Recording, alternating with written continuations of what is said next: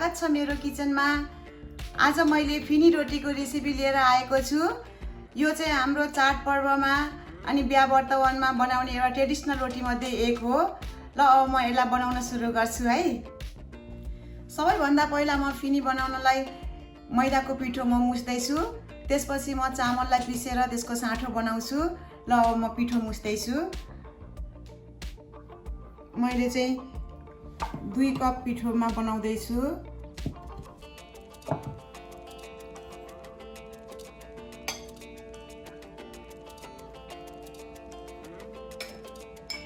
अब यसमा 1 table spoon घिउ राख्ने।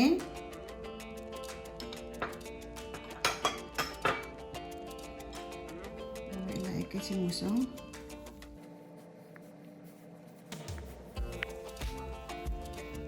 यसलाई एकैछिन यसरी मुस्नुपर्छ, 2 मिनेट जस्तो। अब यो मुसियो राम्रोसँगले। अब म यसमा थोरै गरेर पानी राख्दै मुस्छु। चिसै पानी राख्ने हो।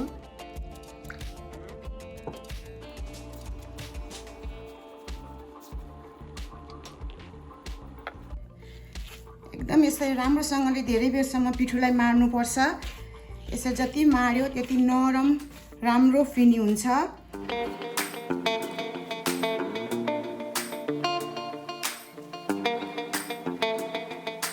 ल पिठो राम्रोसँगले मारियो।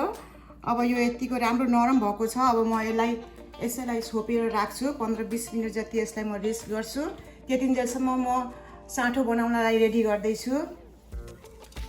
अब म साँठो बनाउन गइरहेको छु।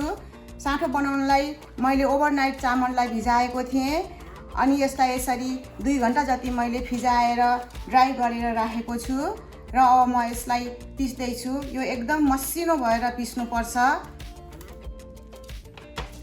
यसरी नै मैले अनरसाहरू बनाउँदाखेरि पनि सेम तरिकाले पिसेको थिएँ।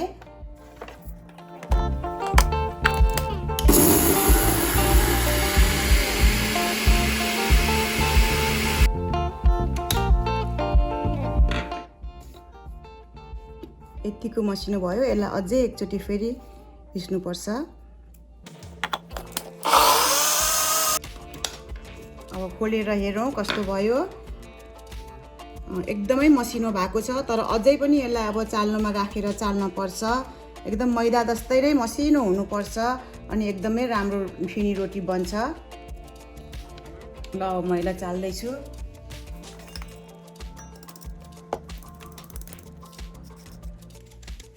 एकदम मसिनो खालको चाल्नु हुनुपर्छ यसलाई पिठो चाल्नलाई। यसरी आएको चाहिँ यता साइडमा राख्नुपर्छ। यो पिठो चाल्न अलि राम्रो मसिनो छैन भनेदेखि 2 चोटिसम्म यसलाई चाल्नुपर्छ। नभए मलमलको कपडामा पनि चाल्दाखेरि एकदमै राम्रो हुन्छ, धेरै मसिनो चाल्नु छैन भने। अब साँठो बनाउनलाई म घिउ राख्दैछु। पहिला घिउ राखेर घिउलाई बेस्कन फिट्नुपर्छ। मैले 2 चम्चा राखेँ अहिलेलाई। पछि अलिकति कम जस्तो भयो भने फेरि राखेर मिसाउनु मिल्छ।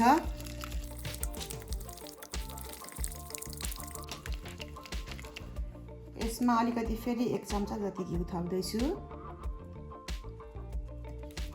अब यसलाई एकदमै सँगले फिट्नुपर्छ, एकदमै राम्रो हुने गरेर।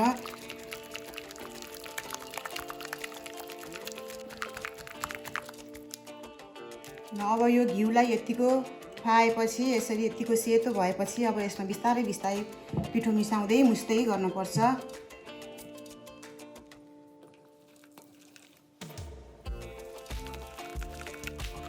खाजा रोटी चाहिँ खल्लो स्वादको हुन्छ तर एकदमै मिठो हुन्छ। यसमा चिनी हाल्नु हुँदैन। ट्रेडिसनल चाहिँ यसमा चिनी हाल्दैनन्, तर मैले कसैले चिनी हालेर पनि बनाएको देखेको छु, तर म चाहिँ चिनी नहालिकन बनाउँदैछु।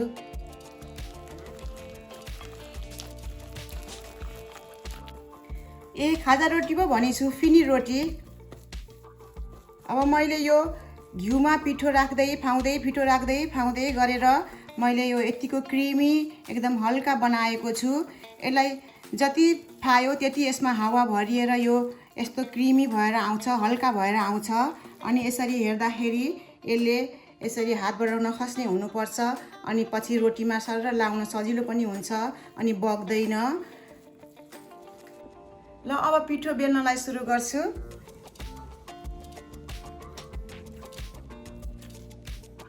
एकदम नरम राम्रो भएको छ पिठो।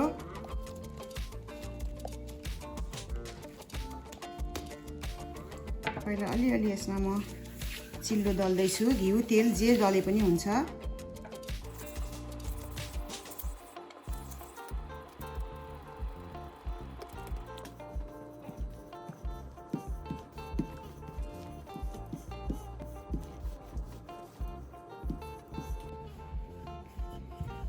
डो एकदम राम्रो मसाइलो भयो भनेदेखि यसरी बेल्न पनि सजिलो हुन्छ, राम्रोसँगले फिजिन्छ।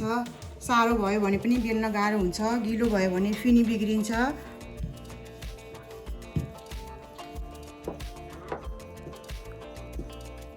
यसलाई यसरी यो रोटी बेल्दाखेरि चाहिँ भर्सक यसरी चारपाटे गरेर बेल्यो भने राम्रो सेप आउँछ। सबैतिर राम्रोसँगले पातलो मोटो मिलाएर बेल्नुपर्छ।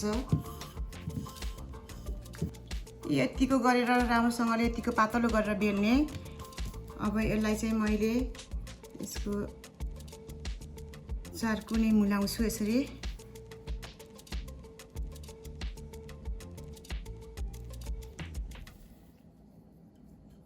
साइड साइडको पनि काटेर मिलाउने।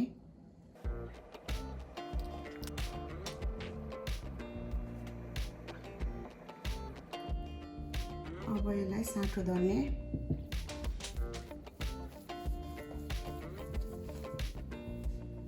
राम्रोसँगले मिलाएर माथिदेखि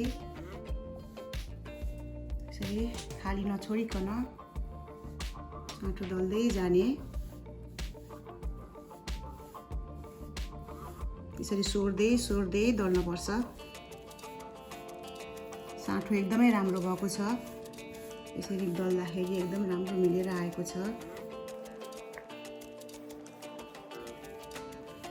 साँठो जति राम्रो भयो, जति हल्का भयो, क्रिमी भयो, त्यति नै लाउन पनि सजिलो हुन्छ। अनि रोटी पनि एकदम हल्का राम्रो हुन्छ। ल हेर्नुहोस्, एकदम राम्रोसँगले साँठो एकदमै मिलेको छ। यसरी मिलाएर लाउनुपर्छ। अब मैले यसलाई साँठो लाएर रेडी गरेँ। साँठो एकदम बाक्लो पनि नलाउनु होला। यसरी राम्रोसँगले मिलाएर सबैतिर लाग्ने गरेर पातलो पातलो गरेर दल्नुहोस्। अनि अब म यसलाई बेर्न सुरु गर्छु। बिस्तारै बिस्तारै यसरी यसलाई यस्तो यस्तो गर्दै मिलाउँदै मिलाउँदै लाने।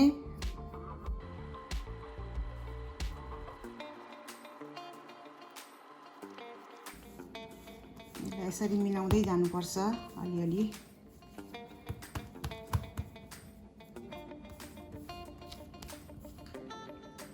अब यसलाई सेप मिलाउनलाई अलिकति यसो साइड साइडको चाहिँ काटेर फालिदिनुपर्छ। रोटी बनाउँदा नि हुन्छ पछि।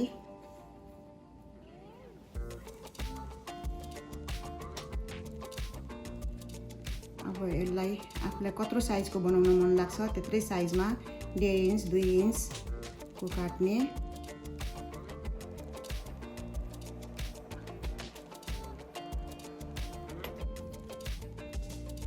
अब मैले यसलाई सिंगल सिंगल गरेर बेल्दै जान्छु। यसलाई चाहिँ सुक्छ, त्यसले गर्दाखेरि यसलाई छोपेर राख्नुपर्छ। यसलाई हल्का अलिअलि यसरी च्याप्प पार्यो भनेदेखि यसको भित्रको पिठो चाहिँ फ्राई गर्दाखेरि बाहिर निस्किँदैन।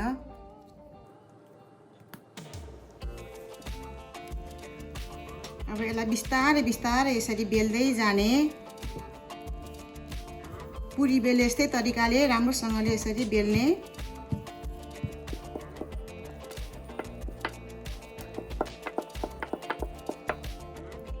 अब यसरी बेलिसकेपछि अघि मैले यसरी ट्याप्प पारेर मुख यसरी बन्द गरेको थिएँ नि, हो त्यहीतिर यसरी काट्ने। त्यसलाई साइड साइड मिलाएर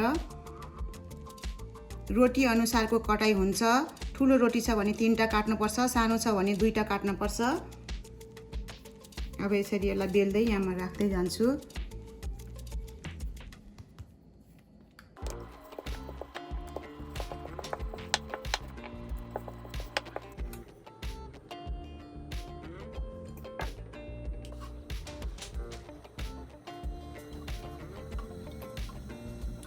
ल मैले अब यसमा घिउ तताएर अब म फिनी राख्दैछु।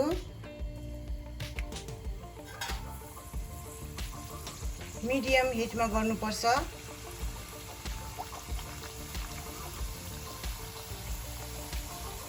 अनि यसलाई माथि माथिबाट यसरी घिउ राख्दै जाने। एकदम राम्रो फुलेर आयो फिनी, एकदमै राम्रो भयो।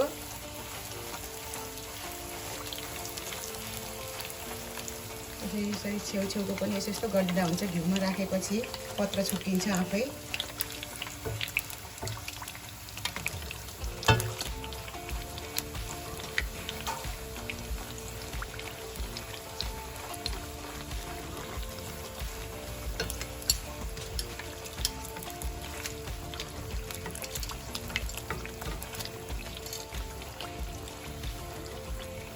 फिनी चाहिँ एकदम घिउमा बनाएको एकदम टेस्टी हुन्छ, राम्रो हुन्छ। खाँदाखेरि एकदम स्वाद मिठो आउँछ।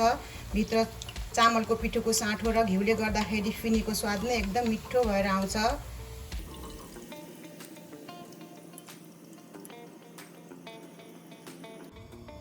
यसरी घिउमा बनाएको फिनी लामो समयसम्म रहन्छ अनि खाँदाखेरि बास्ना आउँछ, बिग्रिँदैन, मिठो हुन्छ। फिनीलाई चाहिँ छिटो छिटो गरेर यसरी माथिबाट डाडुले यसरी घिउ राख्ने अनि लामो समयसम्म पकाउनु पर्दैन। यो फिनी घिउमा राख्ने बित्तिकै पाकिहाल्छ।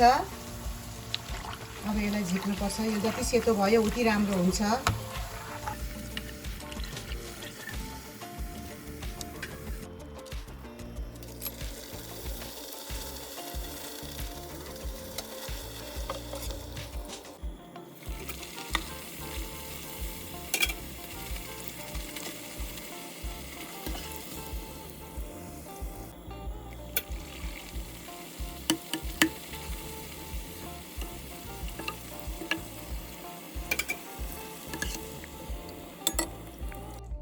हाम्रो फिनी पनि बनेर रेडी भयो। फिनी घिउमा बनाएको पत्रै पत्र परेको एकदमै राम्रो भएको छ र जति पत्र पर्यो उति फिनी एकदमै राम्रो हुन्छ र खाँदाखेरि मजा पनि आउँछ। जरम जरम परेको स्वाद पनि मिठो हुन्छ र म यसलाई कस्तो भएछ सानो भाँचेर खाएर देखाउँछु। एकदमै जुरुम जुरुम भएको छ, भाँच्दाखेरि पनि एकदम राम्रो भइरहेको छ।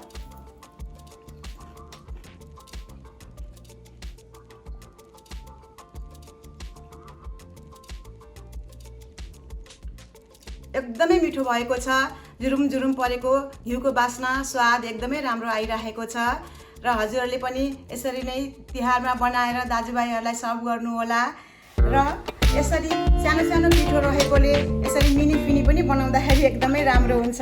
हजुरहरूले यसरी पनि ट्राई गर्नु होला र आशा छ हजुरहरूलाई यो अवश्य पनि मन पर्नेछ र मेरो च्यानललाई लाइक र सब्स्क्राइब गर्नलाई नबिर्सिदिनु होला र कस्तो लाग्छ मेरो कमेन्ट बक्समा पनि लेखेर पठाइदिनु होला। Thank you.